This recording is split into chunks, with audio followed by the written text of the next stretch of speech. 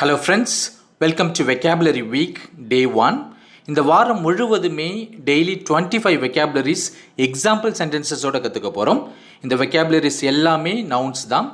அடிப்படை ஆங்கிலம் பேச அவசியமான vocabularies. அதனால் வாரம் முழுவதும் தொடர்ந்து எல்லா வீடியோஸும் பாருங்கள், உற்சாகத்தோடு கற்றுக்கொள்ளுங்கள். மனித பண்பு அப்படின்னு சொல்லுவோம், மனித தன்மை அப்படின்னு சொல்லுவோம், மனித நேயம் அப்படிலாம் சொல்லுவோம். அதை இங்கிலீஷில் ஹியூமனிட்டி அப்படின்னு சொல்லலாம். ஃபார் எக்ஸாம்பிள், அவர்களை மனித நேயத்தோடு நடத்துங்கள் அப்படின்னுவோம். அதை இங்கிலீஷில் ட்ரீட் தம் வித் ஹியூமனிட்டி அப்படின்னு சொல்லலாம். ஆச்சரியம் அப்படின்னு சொல்லுவோம், அதையே நம்ம வியப்பு அப்படின்னு சொல்லுவோம்.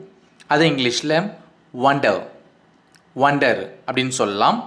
ஃபார் எக்ஸாம்பிள், அது என்னை வியப்பில் ஆழ்த்தியது அப்படின்னுவோம், அதாவது அது என்னை ஆச்சரியப்பட வைத்தது அப்படின்னு சொல்லுவோம். அதை இங்கிலீஷில் it filled me with wonder அப்படின்னு சொல்லலாம். அலட்சியம் அப்படின்னு சொல்லுவோம். அதை இங்கிலீஷில் நெக்லிஜென்ஸ் அப்படின்னு சொல்லலாம். ஃபார் எக்ஸாம்பிள், மருத்துவ அலட்சியத்தால் அவர் இறந்தார் அப்படின்றத he died because of medical negligence அப்படின்னு சொல்லலாம். மத நம்பிக்கை அப்படின்னு சொல்லுவோம், அல்லது சமயப்பற்று அப்படின்னுவோம். அதை இங்கிலீஷில் ஃபெய்த் அப்படின்னு சொல்லலாம். ஃபார் எக்ஸாம்பிள், உங்களுக்கு மத நம்பிக்கை உள்ளதா அப்படின்றத do you have faith அப்படி கேட்கலாம். இல்லை கொஞ்சம் ஸ்பெசிஃபிக்காக கேட்கணும் அப்படின்னு ஆசைப்பட்டீங்கன்னா do you have religious faith அப்படின்னு கேட்கலாம். உற்சாகம் அப்படின்னு சொல்லுவோம். அதை இங்கிலீஷில் enthusiasm அப்படின்னு சொல்லலாம். ஃபார் எக்ஸாம்பிள், உன் உற்சாகத்தை இழக்காதே அப்படின்றத don't lose your enthusiasm அப்படின்னு சொல்லலாம். மதவெறி அப்படின்றத ரிலிஜியஸ் ஃபெனாட்டிசிசம் அப்படின்னு சொல்லலாம். ஃபார் எக்ஸாம்பிள், மதவெறி சமூகத்தின் சாபக்கேடு அப்படின்றத religious fanaticism is a cursed society அப்படின்னு சொல்லலாம். போலித்தனம், வெளிவேடம், கபட நாடகம் இப்படிலாம் சொல்லுவோம். அதை இங்கிலீஷில் ஹிப்பாக்ரிசி அப்படின்னு சொல்லலாம். எடுத்துக்காட்டுக்கு, இந்த வெளிவேடத்தை எல்லாம் நிறுத்து அப்படின்றத ஸ்டாப் ஆல் திஸ் ஹிப்பாக்ரிசி அப்படின்னு சொல்லலாம்.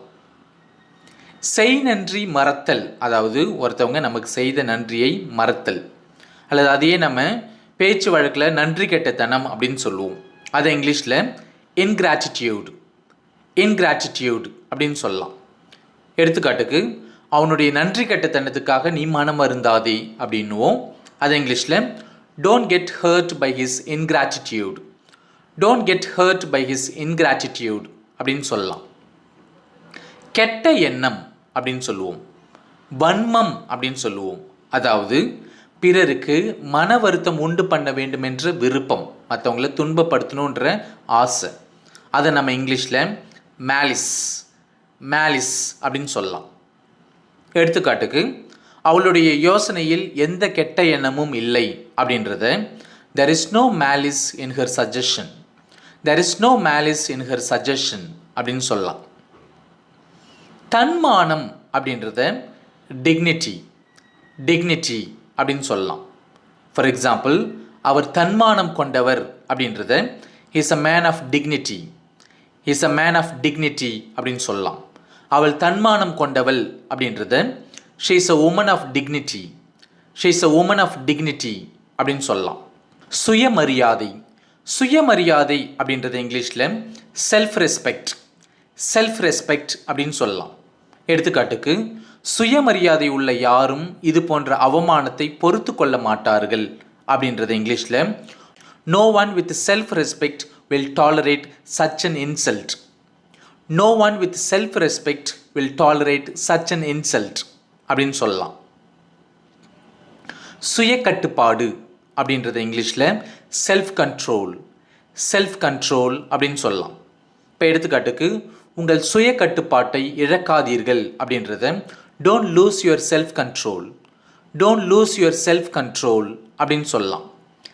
தன்னம்பிக்கை, தன்னம்பிக்கை அப்படின்னா செல்ஃப் கான்ஃபிடென்ஸ், செல்ஃப் கான்ஃபிடென்ஸ்.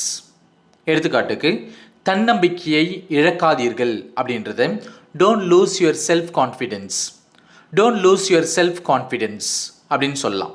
நகைச்சுவை உணர்வு, நகைச்சுவை உணர்வு அப்படின்னா ஹியூமர், ஹியூமர் அப்படின்னு சொல்லலாம்.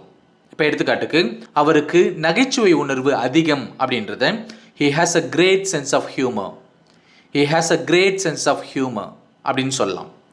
உத்வேகம் அப்படின்னு சொல்லுவோம்.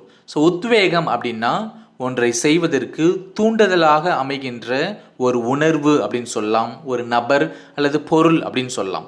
அதே போல் எழுச்சியூட்டும் புது கருத்துக்களை வழங்குகிற, திடீர்னு ஒரு நல்ல ஐடியா வரும் இல்லையா, ஸோ அதை வழங்குகிற ஒரு உணர்வுன்னு சொல்லலாம், ஒரு நபர் அப்படின்னு சொல்லலாம் அல்லது பொருள் அப்படின்னு சொல்லலாம். இந்த உத்வேகத்தை நம்ம இங்கிலீஷில் இன்ஸ்பிரேஷன், இன்ஸ்பிரேஷன் அப்படின்னு சொல்லுவோம். இப்போ எடுத்துக்காட்டுக்கு எனக்கு உத்வேகம் அளிப்பவர் இவர்தான் அப்படின்றத he is my inspiration, he is my inspiration அப்படின்னு சொல்லலாம்.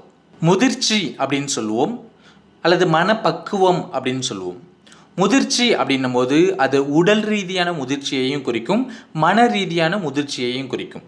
அப்போ முதிர்ச்சி, மனப்பக்குவம் இது ரெண்டுத்தையுமே நம்ம மச்சூரிட்டி, மச்சூரிட்டி அப்படின்னு சொல்லலாம். இப்போ எடுத்துக்காட்டுக்கு அரசியல்வாதியாக இருப்பதற்கு மனப்பக்குவம் வேண்டும் அப்படின்றது it takes maturity to be a politician, it takes maturity to be a politician அப்படின்னு சொல்லலாம். உள்ளுணர்வு அப்படின்னு சொல்லுவோம். உள்ளுணர்வு அப்படின்னா intuition, intuition. இப்போ எடுத்துக்காட்டுக்கு உங்கள் உள்ளுணர்வு என்ன சொல்கிறது அப்படின்னு கேட்போம். அது இங்கிலீஷில் what does your intuition say, what does your intuition say அப்படின்னு கேட்கலாம். விரக்தி, விரக்தி அப்படின்னாவே நம்பிக்கை அனைத்தும் இழந்த நிலை. ஸோ அதை தான் நம்ம விரக்தின்னு சொல்கிறோம். அதை இங்கிலீஷில் டிஸ்பேர், டிஸ்பேர் அப்படின்னு சொல்லலாம். இப்போ எடுத்துக்காட்டுக்கு அவர்கள் விரக்தியில் உள்ளனர் அப்படின்றத they are in despair, they are in despair அப்படின்னு சொல்லலாம். பொறுமையின்மை அப்படின்னு சொல்லுவோம். அதாவது பொறுமையுடைய ஆப்போசிட் டேர்ம் தான் பொறுமையின்மை. அப்போ அதை இங்கிலீஷில் நம்ம impatience, impatience அப்படின்னு சொல்லலாம். இப்போ எடுத்துக்காட்டுக்கு உங்கள் பொறுமையின்மை உங்களை பல பிரச்சனைகளில் சிக்க வைக்கப் போகிறது அப்படின்றத your impatience is going to get you into a lot of trouble, your impatience is going to get you into a lot of trouble அப்படின்னு சொல்லலாம்.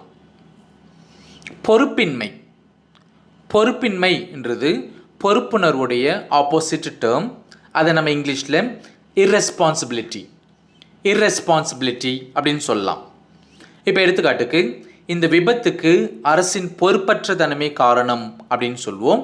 அதை இங்கிலீஷில் this accident is due to the irresponsibility of the government, this accident is due to the irresponsibility of the government அப்படின்னு சொல்லலாம். பிடிவாதம், பிடிவாதம் அப்படின்னா stubbornness, stubbornness.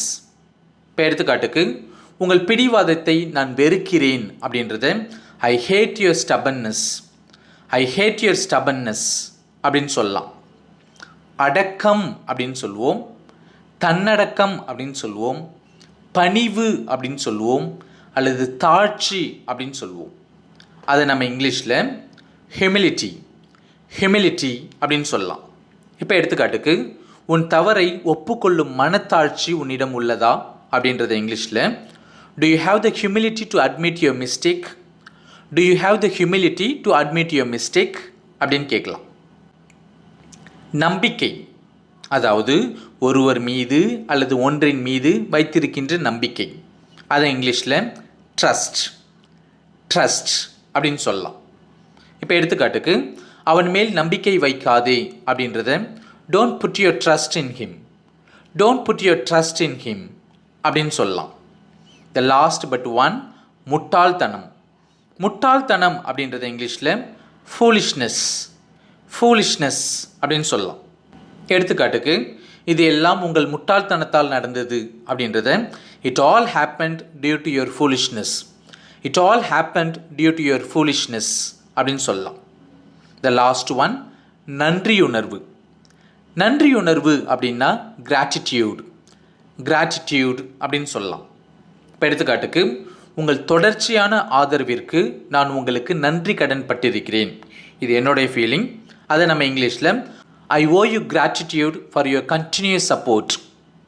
I owe you gratitude for your continuous support அப்படின்னு சொல்லலாம்.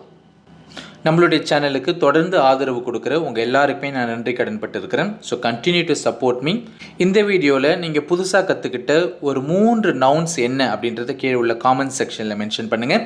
இந்த வீடியோ உங்களுக்கு பிடிச்சிருக்கும் அப்படின்னு நம்புகிறேன். பிடிச்சிருந்தால் ஒரு தம்ஸ் அப் கொடுங்க, சப்ஸ்கிரைப் பண்ணுங்கள், உங்கள் ஃப்ரெண்ட்ஸ் கூட ஷேர் பண்ணுங்கள். தேங்க்யூ.